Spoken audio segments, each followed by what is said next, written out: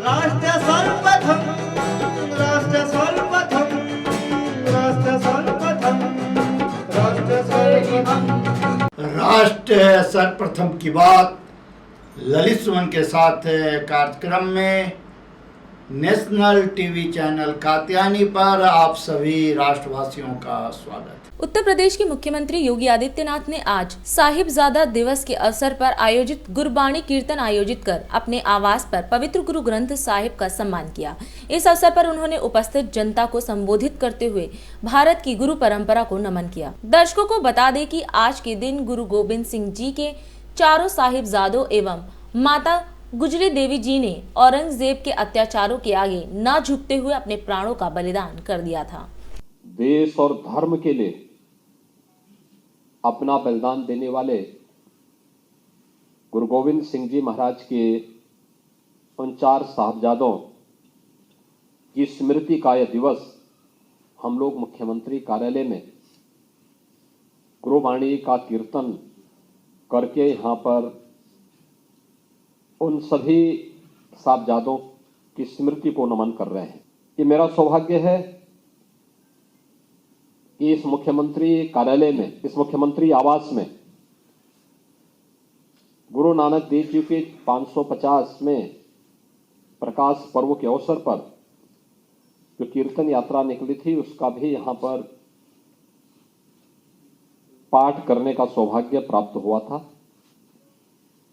विगत वर्ष भी हम लोगों को यहाँ पर साहिबजादा दिवस के अवसर पर एकत्र होने का सौभाग्य प्राप्त हुआ था और यह वर्ष फिर हम सबके इस पावन कार्यक्रम के साथ मिलन का एक आयोजन यहाँ पर हो रहा है। सचमुच जब हम लोग बात करते हैं, भारत के मध्यकालीन इतिहास को देखते हैं, तो आप देख सकते हैं कि गुरु नानक देव जी से चली वह परंपरा गुरु गोविंद सिंह जी तक एक शक्तिपुंज बनकर के, यानी भक्ति से शक्ति का एक अद्भुत संगम हम सबको कहीं देखने को मिलता है, तो वह भारत की भक्ति और शक्ति का एक अद्भुत संगम भारत की सिख परंपरा है।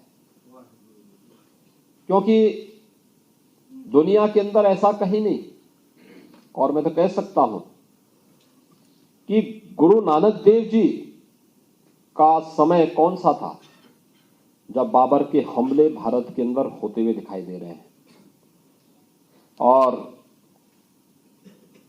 गुरु गोविंद सिंह जी महाराज तक आते आते ये हमले भले ही तेज होते हुए दिखाई दे रहे हों, लेकिन भारत का सिख इतिहास इस बात को कहता है कि उन विदेशी आतताइयों का अंत सिखों ने ही अपने समय में हमारे इन गुरु परंपरा ने ही उस समय कर दिया था। उन्हें इतना छीण कर दिया कि वे आगे पूरे भारत को इस्लाम में बदलने की जिस मंशा के साथ आए थे, आज भारत भी बचा है, भारत का सनातन धर्म भी बचा है।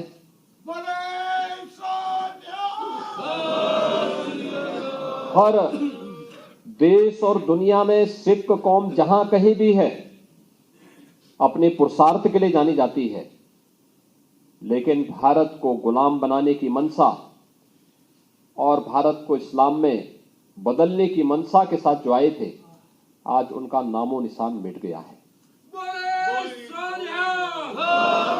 यानी ये चीज हमें बात बताती है कि भारत की ये गुरु परंपरा ये कोई सामान्य गुरु परंपरा नहीं है, ये दिव्य परंपरा है। ये वह परंपरा है जो अपने एक विशिष्ट आयोजन के लिए, विशिष्ट मार्गदर्शन करने के लिए उस कालखंड में हिंदुस्तान को बचाने के लिए ही आई थी, और देश और धर्म का बचाव करते हुए उन्होंने एक मार्ग हम सबको दिखाया। उस मार्ग का अनुसरण करते हुए हम हमेशा इस बात को ध्यान में रखें, व्यक्ति हो या समाज, कोई जाति हो या समुदाय, अपने इतिहास को विस्मृत करके वह कभी अपने उज्जवल भविष्य को आगे नहीं बढ़ा सकता। यानी ये अपूर्व योगदान, एक दिव्य शक्तियां थी। ये सामान्य शक्तियां नहीं थी, सामान्य गुरु की सामान्य परंपरा नहीं थी, ये दिव्य विभूतियां थी। हम सबको एक नया तेज देने के लिए, एक नया, यानी उस कालखंड में जब सर्वत्र अंधेरा ही अंधेरा दिखाई दे रहा था लोगों के सामने, अंधकार ही अंधकार था, जीवन की कोई आस नहीं थी, उस समय जीवन की आस लेकर के कोई आया था तो गुरु नानक देव जी से लेकर के गुरु गोविंद सिंह जी महाराज तक सिख परंपरा आई थी। और सिख परंपरा के प्रति श्रद्धा और सम्मान का भाव हर भारतीय का दायित्व बनता है। और उस सम्मान और श्रद्धा के भाव के साथ ही आज हम सब यहाँ पर जुड़े हुए हैं। मैं इस अवसर पर आप सबका अभिनंदन करता हूँ और मुझे प्रसन्नता है कि इस वर्ष भी हम सबको यहाँ पर एकजुट होने का अवसर प्राप्त हुआ है। दिन देखिए 8 बजे रात्रि 9 बजे सुबह राष्ट्र सर्वप्रथम की बात ललित सुमन के साथ कात्यायनी टीवी पर। 22 वर्षों से प्रकाशित मदर इंडिया पत्रिका, पढ़ते रहे देश दुनिया की खबरों के लिए।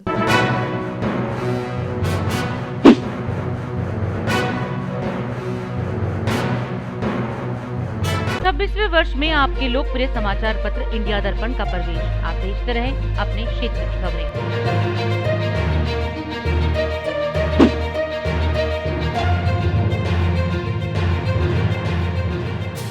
और अधिक खबरों के लिए आप हमारे YouTube चैनल दैनिक इंडिया दर्पण को अभी सब्सक्राइब करें और नोटिफिकेशन के लिए बेल आइकन को प्रेस करना ना भूलें।